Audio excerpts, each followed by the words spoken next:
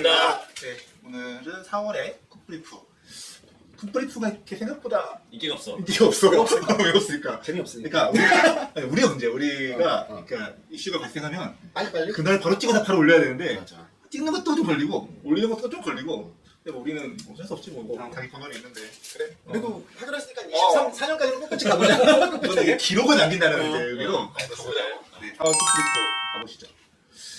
이거는 이제 우리가 3월 27일인가 그 재개발 재건축 서울시가 활성화 방안 했을 때 그 중에서 재개발이 가장 4m 그 도로 접도권을 6m로 넓히는 거 그게 가장 영향이 크다라고 얘기했고 그때 중국 중화 뭐 화곡동 얘기를 했는데 바로 기사가 나더라고. 바로 떴지?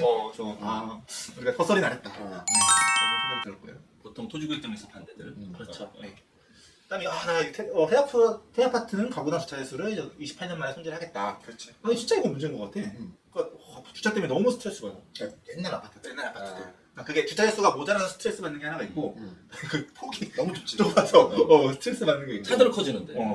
앞으로는 또 그러니까 재건축하거나 아파트 새로 지을 때는 주차장은 좀 넉넉하게 해야 되지 않나 하는 거지. 모두들 동의할 것 같아. 근데 결국에는 신축과 구축에서의 주차에서 어떤 만족도는 더 커지겠네. 사람들이 체감은. 그러니까 새로 짓는 거라도 많이 짓자. 근데 이게 또 영향을 미치는 게 그러니까 그렇게 많이 못 짓는 게 공사비 문제잖아. 지하층을 덮어야 되면은 공사비가 더 이제. 공사비가 늘어나니까. 네, 잠시주공 5단지 드디어 통과했습니다. 드디어. 근데 고작 정비계 통과한 거 도대체 언제? 빨리 그 잠시주공 1, 2, 3, 4단지 다 재건축돼서 완료됐는데 얘 혼자 남아있잖아. 여기가 빨리 됐으면 좋겠어. 아까 도면이랑 좀 보여준다고 한 거 아니야? 이거는 나중에 따로 한편을 하자고. 따로? 잠시 세력 쪽에 뭐 장미 아파트 뭐 그런 애들 아직도 사실은 아직도, 남아있고. 정말 가장 핵심 지역이잖아 5단지가. 그치. 여기가 또 빨리 됐으면 좋겠고. 이거는 따로 한편 한번 해보도록 하겠습니다. 자 그리고 이제 또 본격적으로 나쁜 얘기. 시장 상황이 안 좋은 거. 그러니까 공사비가 올라가니까 유찰되고 그래서 공사가 지연되고 사업성 저하되고 다시 또 공모를 했는 다시 또 유찰되고 이게 정말 악순환이 계속 되는 것 같아. 공사비가 상승돼서 재건축이 다 어려워. 그래서 지금 조금 관심 있게 보는 게 아까 얘기했던 재개발? 재개발을 조금 더 관심 있게 보고 있다. 네, 공사비가 언제까지 이렇게 올라갈지. 네. 자, 그리고 4월 4일에 20년 전에 만든 용적률 기준이 이제 좀 바뀌었는데 이제 규제 패러다임을 바꿔야 한다. 그러니까 이게 우리가 동세분 전에 그러니까 2000년 전에는 1종, 2종, 3종 일반 주거 지역이 없었고 맞아. 다 일반 주거 지역이었고 그때 용적률이 300까지였어.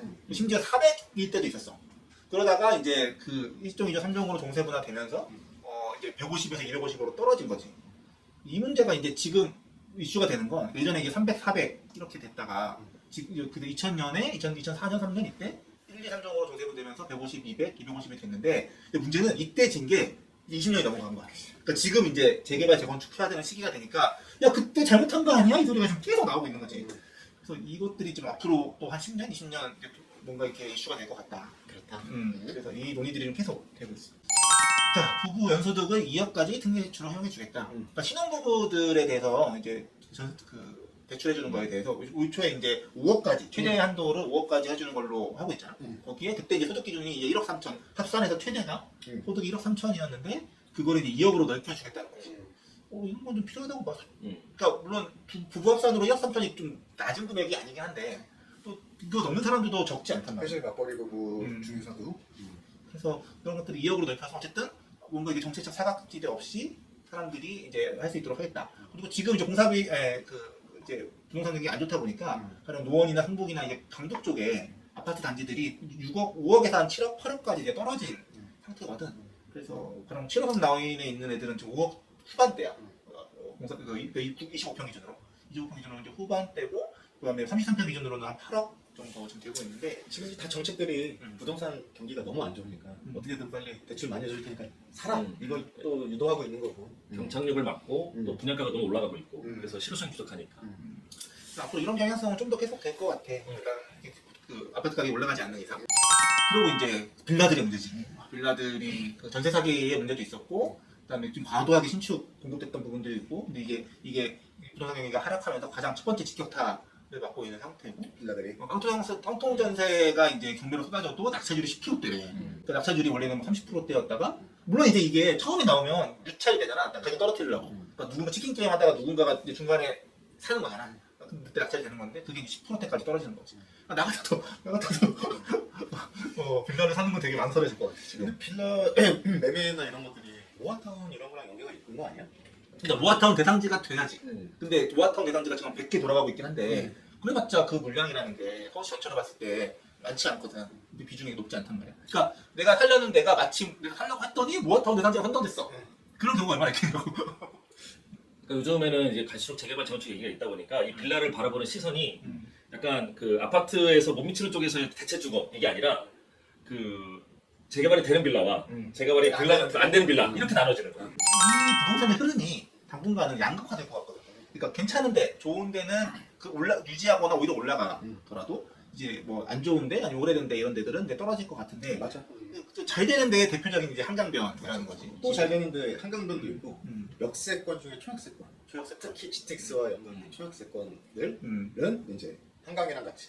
한강변 아파트들 그러니까 이런데 지금 뭐 레미안 웨스트 혁석. 앞으로 리버 하이, 앞으로 리버 파크, 레미안 온베일리, 앞으로 리버뷰, 그다음에 트리마제 이런 데들은 이제 예전 가격을 지금 회복하고 있거나 오히려 막 신고가 나오고 있는 이런 상황들이잖아. 제일 비싼 데잖아. 그러니까 서울에서 제일 비싼데. 지금도. 그러니까 이게 기사에서 뭐 최고가가 나왔어, 부동산이 회복되고 있어요 이렇게 얘기를 하는데 그거는 다 저런 데란 말이야. 그들만의. 우리는 못 사는데. 우리는 못 사는데. 지금 봐봐. 다 26억, 57억 이러잖아. 근데 나는 이게 우리가 강남 3구 뭐 이렇게 얘기하지만 이제 그런 거에 측면에서 서울의 한강의 수면 공간, 한강변을 별도의 공간 권역으로 묶어야 되지 않을까 싶을 정도. 그 얘기도 있었어. 한강권역. 그러니까 예를 들면 광진구가 어떻게 보면 서울의 중위에 해당되는 지역인데도 불구하고 얼마 전 연초에 호재쌍강인가? 그게 평당 1억 1,500만 원인가? 근데 완판이 된 거야. 그런 거는 분명히 그 강남 3구가 아니어도 한강변이라는 이유가 있는 그렇지. 차이가 큰 것 같아. 네, 양극화 얘기. 그다음에 인구감소 지역 특례 세컨드 홈에 대한 세제 혜택을 이거 한다 하더니 이제 결국 된 거지. 그래서 인구 감소가 되고 있는 강화, 홍천 등의 83곳에 대해서는 세컨드 홈을 사도 1주택자로 봐주겠다. 좋은 정책인 것 같아. 지역도 살아야지. 사겠어? 살 사람들도 있을 것 같아. 그러니까 약간 그러니까 투자 개념은 아닌 것 같고 그치. 정말 내가 세컨드 실수 내가 정말 주말에는 좀 쉬고 내려가서 한적하게 자연을 만끽하면서 쉬고 싶어. 그치. 그때 이제 근데 뭐 그렇게 비싸지도 않아. 음. 뭐 세제도 뭐 세금도 안 맞아. 그럼 그 사람들은 수요가 있을 것 같아. 예를 들면은 저기 지금 강화 홍천하고 경기 지역만 나왔는데 인구 감소 지역 중에 제일 조금 문제가 되는 지역이 강원도나 또 경상북도 지역이거든. 그런 데가 이제 철도가 조금 있으면 이제 내륙선이 문경이나 이런 데 다닌다고. 서울에서 이제 1시간 거리에서 접근도 가능한데 그런 쪽에 참 좋은. 나는 근데 그런 것도 거기는 근데 저거를 가는 사람들은 자기 차를 끌고 갈 거라고. 왜냐면은 철도에 내려서 또 그 지역까지 이동하는 게 어렵단 말이야. 그러니까 결국은 나는 이런 지역들도 결국 서울까지의 거리, 시간 내 영향을 받을 거라고 생각해. 뭐 가령 그 강원 홍천 얘기가 나오는 게 서울에서 한 2시간 안에 좀 접근 가능하잖아. 그러니까 저런 데들은 사람들이 갈 만하지. 그래? 난 반대. 강화 홍천, 강화도 좋고 홍천도 좋은데 아까 일단 차로에 접근해서 대중교통이나 이런 게 너무 어려워. 근데 반대 내가 보는 거는 철도 같은 거가 아까 역세권, 초역세권이야. 그러니까 지금 그 중부 내륙선들이나 이런 걸 생기면서 다 지자체들이 역세권 개발 사업들을 소규모로 하고 있으면서 그 속에 주택들이 조금씩 들어가거든. 그런 데들의 접근성이 너무 좋은 거야. 딱 내리자마자 집이야. 그러니까 철도역 그렇지. 인근에 완전. 약간 그런데 세컨드홈 같은 경우들은 약간 귀촌 균형 생활도 하고 뭔 일 있으면 서울까지 병원 갈 때도 뭐 1시간 내로 왔다 갔다 그것도 대중교통으로 이용할 수 있으니까 난 오히려 더 좋을 것 같아. 그래서 나는 이거는 그 지역 부동산 경기랑 그다음에 방문 체류 인구에 대한 부분일 거잖아. 근데 그런 차원에서 보면 개인의 어떤 세컨드홈도 있겠지만 기업이 참여하는 어떤 스테이 사업 같은 것들을 할 수 있는 제도를 같이 열어주면 좋을 것 같아. 좋다. 우리랑 연계되는 거는 이게 생활인구. 생활인구 우리가 도시기본계획 지금 인구 얘기하면서 생활인구 얘기가 계속 나오고 있는데 그런데 좀 그러면 되지 않을까? 그러니까 내가 2명이 되는 거야. 이쪽에 한 명, 저쪽에 한 명. 2명으로 카운트 해주는 거지. 그다음에 4월 17일 역세권 활성화서 16일에 개최했던 게 17일날 이제 기사가 나온 건데 고생했습니다. 죽을 뻔했어. 발표자? 발표자. 네, 제가 발표를 했습니다. 네. 보통 그런 거 할 때 샵 좀 다녀가나? 오전에? 그날은 갔어. 그날은 갔어. 그러면 좀 지원을 해주나? 뭐 그런 게 있어. 맨날 그러잖아 구독자들이 너희는 누군데 자꾸 이런 얘기 하고 있냐고. 이런 거 발표하시는 분들이. 이건 따로 제가 한편으로 설명을 드릴게요. 네, 이거 정말 대단했습니다 그날. 200석 준비했는데 500명이 오셔가지고 100분은 돌아가셨어. 우리 유튜브가 전문가들이 보는 유튜브라며. 부동산 하시는 분이나 도시계획 하시는 분들 우리 참고하는 유튜브 뿌듯합니다. 네, 이거는 따로 자세히 설명드릴게요. 그리고 이거를 아무도 관심이 없어. 그러니까. 너무 슬프다. 예, 공간혁신 3정이라고 해서 이제 도시계획법에 굉장히 중요한 개정으로 작년에 추진돼서 법 개정되고 올해 8월에 이제 시행령까지 해서 시행이 되는데 그거에 대한 선도지구 공모를 하겠다고 발표를 했어요. 근데 기사가 아니다. 저거 찾았어요, 기사도. 다들 우리가 역세권 활성화 사업 아니면은 노후계획 도시특별법상의 선도지구 사업 이런 데 관심 있지 여기엔 관심이 없어. 왜 이렇게 망했을까? 망하진 않았어. 아직 망하지 않았나? 그렇긴 한데 이거는 개인이 관심 있기보다도 지자체가 관심 많아. 시장님들. 시장 군수님들이 관심 많은 거지. 사실 공모 자체는 흥행을 했어. 작년에 40군데나 그 응모를 했단 말이야. 근데 맨 처음에 우리 제도 얘기 그만하자고 했는데 입주기자 최소구역 할 때도 이 정도의 흥행은 아니었거든.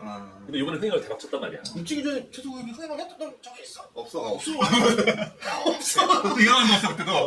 그래서 바로 법에서 없어졌잖아. 바로는 9년 걸렸어. 9년 동안 있었어. 지정한 데 있어. 그래 내 자식이야. 지정한 데가 없지. 5군 있어. 없다니 무슨 소리야. 미안해. 그 정도로 존재감이 없어. 제대로 된 데가 없던 거지. 아무튼 많은 관심 가져주세요.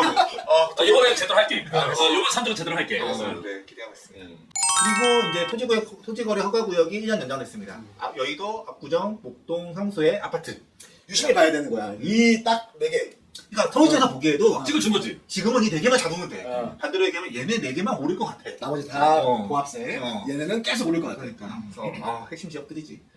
약간 근데 목동은 약간 좀 억울할 수 있는데 그러니까 여의도랑 압구정하고 같이 가기에는 약간 억울할 수 있어. 성수는 약간 홍수는 이게 재개발이니까 저건 좀 잡긴 해야 되는데 목동 그래. 아무튼 1년 연장됐습니다. 그러니까 그거 찍어준 거야 이 네 군데. 집주인들은 좋아할 수도 있어. 우리가 저기 같은 밸런스로 여의도 압구정급이다. 그래. 그리고 우리가 야심차게 얘기했던 서여의도 고도 하나가 대패했어. 선거에서 일단 아니야 언젠가 될 거야. 언젠가 될 건데 좀 더 시간이 걸리는 것 같습니다. 도시계획 정책이나 이런 것들이 정치권에 영향을 되게 많이 받잖아. 그래서 이번 선거가 참 우리 도시계획 쪽에 정책이나 추진하던 거에서도 영향을 좀 많이 미칠 것 같아요. 너무 그림 잘 그리는 거 아니야? 그 사람인데 올라갈 줄 알았는데 잘 나왔어. 이거 너무 대단하셔 이 기대. 일기 신도시 재건축 시에 1조 시뮬레이션을 했는데, 그러니까 우리가 막 뭐 40층, 50층, 뭐 80층 얘기를 하고 있었잖아. 한 층이 높아지면 1조 시간이 5분이 줄어든다. 그러니까 바로 10층이 높아지면 당신의 1조 시간이 50분이 1시간까지 준다는 거지. 뭐 층이 높아져가지고 공밀 개발은 가능하지만 실제 그 속에 살고 있는 사람들의 그 생활에 대한 퀄리티, 만족도는 좀 떨어질 수밖에 없다 이걸. 그러니까 이게 재밌는 게 뭐냐면 일기 신도시에서 계속 용적률 상향 얘기를 하잖아. 뭐 300, 450, 500, 700 얘기도 하잖아. 근데 이제 그렇게 용적률이 높아지면서도 주거 환경이 적정하게 이동거리를 확보하려면 높이가 올라갈 수밖에 없어. 그러니까. 그래서 이제 서울 같은 경우도 막 70층에 나오고 35층이었다가 49층 갔다가 지금 70층, 80층까지 갔단 말이야. 근데 그 단지들이 지금 다시 다 층을 내리고 있어. 왜냐하면은 이제 일조 문제 이런 것도 있고 공사비 문제. 근데 가장 크리티컬한 것 중에 하나가 공사 기간. 그러니까 이게 결국은 한 층 쌓아가야 되잖아. 하나라도 높은 층에 있으면 걔 때문에 공사 기간이 길어질 수밖에 없는 거야. 그래가지고 49층이 많이 나온다. 그래, 50층 딱 여기 맞춰서. 39층을 하긴 아쉽고 70층 하기에는 너무 힘드니까 49층. 그래서 여기 분석한 결과가 저기 35층이 제일 적정하다. 그렇지. 의견들이 많이 나오고 있어요. 그러니까 35층이 적정하다. 근데 35층으로 용적률을 뭐 300 이상, 400 이상 가려고 하면 단지가 너무 뚱뚱해지고 그다음에 1층 빽빽해지고 1층 공원화가 되게 어려워지는 거지. 근데 우리가 그때 얘기했듯이 그 둔촌주공 얘기할 때 했었잖아. 얘가 딱 배치는 빡빡하고 하지만 이제 살기는 좋다. 35층에 딱 걸려있는 배치. 멋은 없어도. 근데 걔가 300%란 말이야 용적률이. 근데 우리가 400, 500 얘기가 좀 나오고 있으니까. 그러면 35층에 붕들이 더 빽빽해지는 거지. 지거나 아니면은 좀 공사비준이나 이런 걸 감수하더라도 49층까지 가잖아. 그러니까 주민들이 아직 400%, 500%의 모습을 상상을 못하는 거야. 맞아. 나중에 분명 조롱거리가 될 수 있어. 맞아. 근데 저게 문제가 그거죠. 이제 1기 신도시 노후주택 특별법에서 적용받아서 이제 사업성 있게 재건축을 하려면 층수를 높일 수밖에 없는데 그러면은 퀄리티는 좀 떨어질 거다. 이 조건도 떨어지고. 그리고 이제 19일에 또 지구단위계 용적률 세계 개편이 있었습니다. 이놈 씨. 제가 했습니다. 진짜 이거 8년 걸렸어 8년. 아 이거 진짜 너무 큰일이야. 뭐 이거 서울시 다 따라갈 거라고 전국에서. 그럴 수 있지. 일단 서울시도 문제고 서울 전국도 문제고. 하지만 이건 꼭 나는 도시계획 특히 지구단위계획에 살아남으려면 그래. 얘를 해야 된다라고 계속 주장해 왔거든. 이거 특별 따로 할 거잖아. 따로 이거 한편으로 설명드리도록 하겠습니다. 따로 먹어보자. 네, 제가 만들었거든요. 제가 설명드리겠습니다. 네. 어쨌든 이상했던 게 바로 잡혔다. 이상했던 건가? 난 이상했어. 아니야, 나는 거기에 대한 관점이 약간 달라. 나는 그러니까 필요한 건 맞는데 이상한 거라는 거에 관점은 약간 다른 거야. 나는 일 겁나 많아지겠다. 그렇지. 그 의도가 있었어. 그리고 양극화. 맞아, 큰일 났어. 그러니까 내가 생각하는 지금의 주택 상황은, 그러니까 예전에는 내가 깔고 있는 땅의 가치가 있고 거기에 공사비도 들여서 신축을 하면 그래서 그거를 팔아먹어서 이제 이득이 되면 재건축을 하는 시스템이었는데, 지금 문제가 되는 건 그 두 가지가 바뀐 거지. 공사비가 올라서 내 비용이 훨씬 증가했어. 맞아. 그리고 이제 부동산 경기가 안 좋아져서 나중에 팔아먹었을 때 분양가가 낮아졌어. 낮아지고 있어. 이게 겹치면서, 그러니까 결국은 옛날 아파트인데 내가 재건축을 하려고 하는데 5억이 들어. 그러면은 야, 제가 지금 아파트가 내가 팔면 7억인데 5억 더하면 12억. 12억? 폐신축이 10억이야. 그러면 못하는 그거 가는 거지. 그러니까 결국은 지금 재건축이 앞으로 안 될 거다. 이 공사비가 이렇게 오르는 이상. 근데 그게 또 하나 발전되는 건, 그렇다면 반대쪽에 옆에 신축들의 가격이 오를 거다. 그렇기 때문에 나는 이 양극화, 지금 이 신축 같은 경우는 지금 17억이고 지금 구축이 12억. 지금 이게 점점 벌어지고 있다는 거잖아. 이 양극화가 되고 있는데 이게 더 심해질 것 같아. 저게 심해져서 저 높은 신축의 시세가 맞춰져야지만 구축이 가능한 구조가 그렇지. 나오고. 그러니까 내 분양가가 테너 신축을 했더니 그게 뭐 17억, 18억이 돼야 할 수 있는 거지. 그렇지. 모든 원인은 재건축이 어려워진 지금 상황. 부동산 경기가 하락된 상황이기 때문에 저게 더 벌어질 것 같아요. 사업 구조가 완전히 달라졌어. 근데 그러니까 예전에는 우리가 그 문재인 정부라고 얘기했잖아.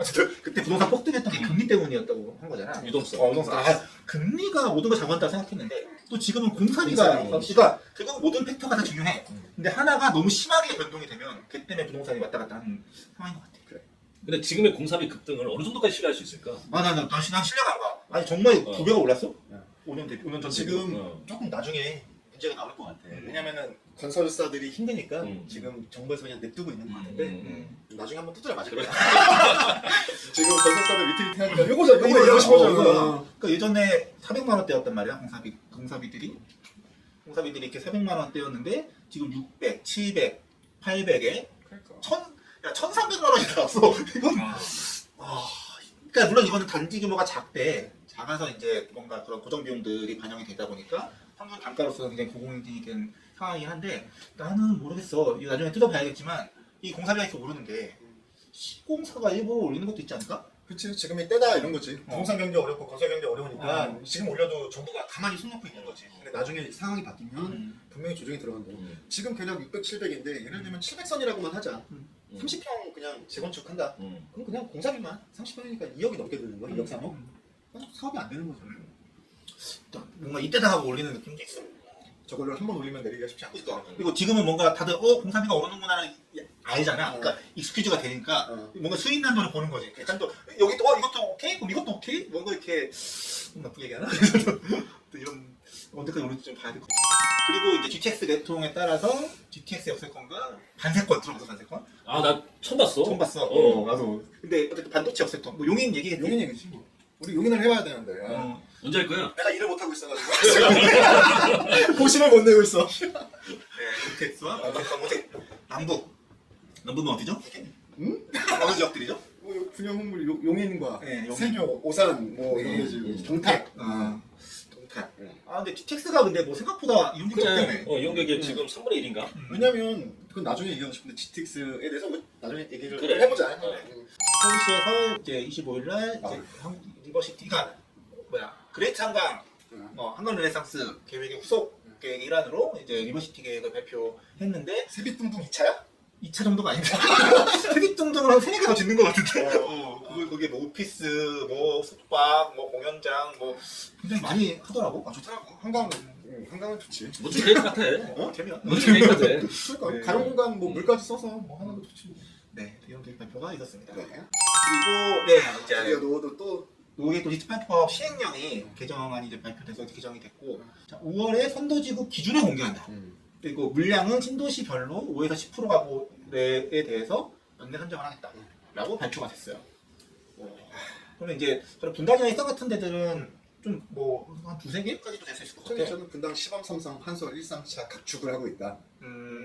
각축하기 싫지. 그리고 나머지 뭐 평촌에 이런 데들은 한 개 정도 되지 않을까? 5에서 10%니까. 가봐야 될 것 같아. 이제 노후계 도시가 법이 되고 지금 선도지구가 띄어졌으니 그러니까. 하반기 때는 이제 이게 막 이슈들을 잡아먹고 좀 있긴 해. 선도지구가 잘 돼야지 나머지 사업들이 잘 될 수 있으니까 좀 잘 됐으면 좋겠어. 그냥 일종의 우리가 뭐 조직 검사, 샘플 검사 수준이겠지. 그래서 이제 각 일기 신도시별로 이게 해보고. 어느 정도 되는 건지 확인해보고 그러면 이제 안 되는 쪽이면은 그다음부터 아예 안 되겠지. 나는 되게 부정적이야. 난 어. 헌터지구들도 간당간당하다. 마치 입지 규제 최소고요 같은 거야? 너무 예쁘게. 그리고 남산타운 리모델링이 무사한 얘기다.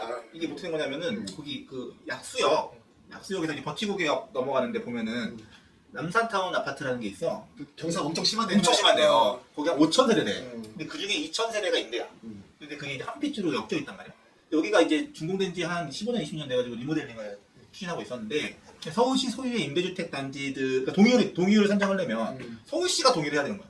임대주택 단지가 있잖아요. 근데 이거를 서울시가 동의할 것처럼 하다가 뭔가 이렇게 안 하고 있는 상황. 그래서 이제 이 리모델 전체가 이제 무산됨이. 왜 하는데 서울시는?